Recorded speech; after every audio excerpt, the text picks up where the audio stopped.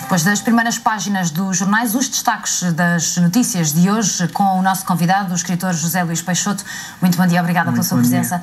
Vamos começar, de facto, por uma notícia que está na maior parte dos jornais, dos diários, tirando os desportivos, naturalmente, a Cimeira Europeia. O José decidiu destacar esta como a sua primeira notícia. Sim, e na verdade acaba por ser a notícia mais presente, inclusivamente nas primeiras páginas dos jornais do dia. E efetivamente é uma notícia que me parece bastante importante e que não só marca, parece-me a mim, aquilo que irá ser o nosso futuro mais próximo, não só enquanto portugueses, mas também enquanto europeus, como também me parece um sinal muito claro dos tempos que estamos a atravessar. Logo à partida existe esta palavra repetida, austeridade, e existe também uma quantidade de medidas que foram tomadas e que no entender do primeiro-ministro português ficaram aquém do desejado, que são todas elas de âmbito financeiro ou económico.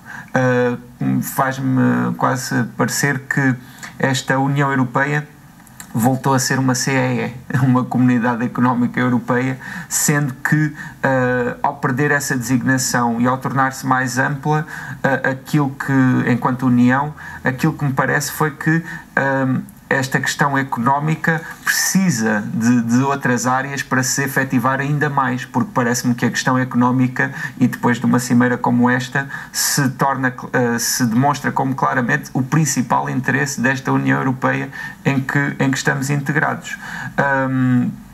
E isso acaba por ser também muito notório nesta medida, hoje bastante comentada também, mas que ainda não chegou à imprensa escrita, e que já está a gerar polémica entre nós, da inscrição nas Constituições Nacionais desta regra de ouro do equilíbrio orçamental, que me parece pessoalmente bastante intrigante e também bastante representativo, que um assunto puramente do domínio financeiro e económico seja integrado nas Constituições Nacionais. Parece-me incrível até que se faça essa sugestão, quanto mais considerá-la a sério. Portanto, a questão da soberania para si era muito mais importante. Sinto é que possivelmente devemos todos fazer uma reflexão e ao nível dos princípios e dos valores, e perceber até que ponto é que não estamos a perder a real proporção das coisas, e até que ponto é que não estamos a tornar todas as questões uma questão financeira ou uma questão económica, porque a vida tem bastante mais áreas. Eu não estou a diminuir a importância da economia e da importância da gestão, que é algo que faz parte da vida de toda a gente, mesmo daqueles que não são economistas e que não compreendem muito da economia. Faz parte da vida. No entanto, parece-me que temos, de alguma forma, até enquanto povo e enquanto país, de perceber que existem outras áreas que merecem a nossa atenção, e existem outras formas também de lidar com elas, porque esta obsessão económica e financeira coletiva que se vive não é nada benéfica para nós, e não é nada benéfica para o nosso dia-a-dia, para a vida que temos de viver todos os dias. José, vamos avançar para a segunda notícia que destacou, está na página 3 do Jornal Expresso. Sim, aqui uma notícia que, sendo económica, não me parece que seja exclusivamente desse domínio, uma vez que mexe com algo que é fundamental, que é o direito à habitação. Neste caso, é uma notícia que refere que o Governo já tem pronto projeto de nova lei do arrendamento. É caso para se dizer, se calhar esperando para ver ainda, não é?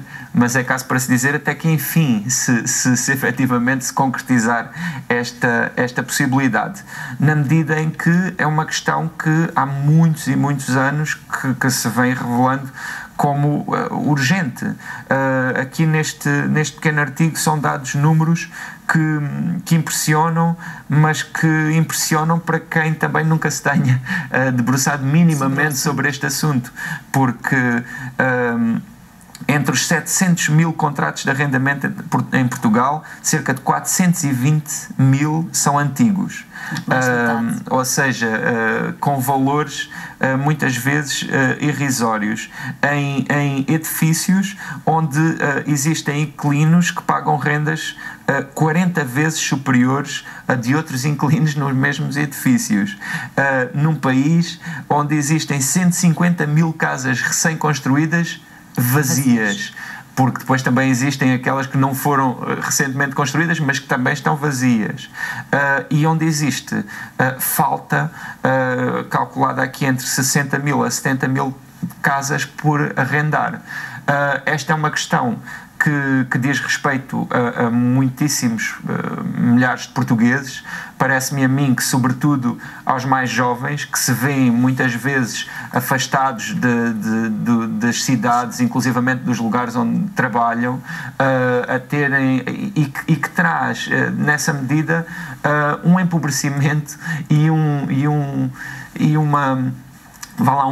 gasto completamente dispensável para todo o país, porque se essas casas que muitas vezes estão à espera de cair, aí não me refiro recentemente às que foram construídas mais recentemente, mas a tantas outras que muitas vezes inclusivamente desfeiam o centro das nossas cidades, se estivessem habitadas e se estivessem também assim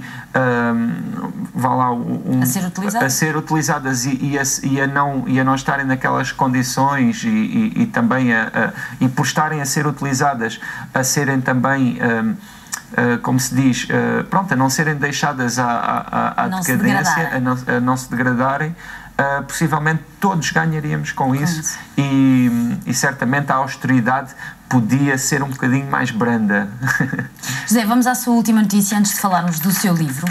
A Cimeira Climática de Durban está na página 23 do Diário de Notícias, é isso? Sim, também com uma entrevista aqui a Francisco Ferreira, que está a participar na Cimeira de Durban, Francisco Ferreira da Quercus. Portanto, trata-se de mais uma cimeira ambiental, onde se espera que sejam definidas algumas metas relativamente à emissão de gases, nomeadamente aqueles que contribuem para o efeito de estufa. Aí está acordos que são necessários de um ponto de vista transnacional, e que desde nomeadamente Copenhaga,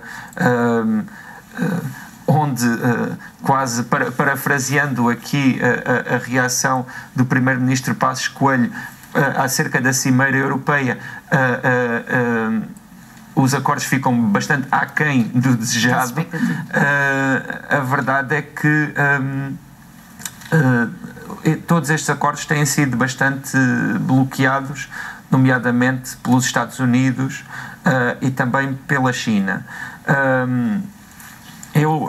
Parece-me que, de alguma forma, é muito importante que exista uma consciência acerca deste tema e que exista inclusivamente uma pressão internacional no sentido de se estabelecerem estes acordos e de serem levados a sério, porque as questões que envolvem são sérias. E comprometem o futuro. Exatamente.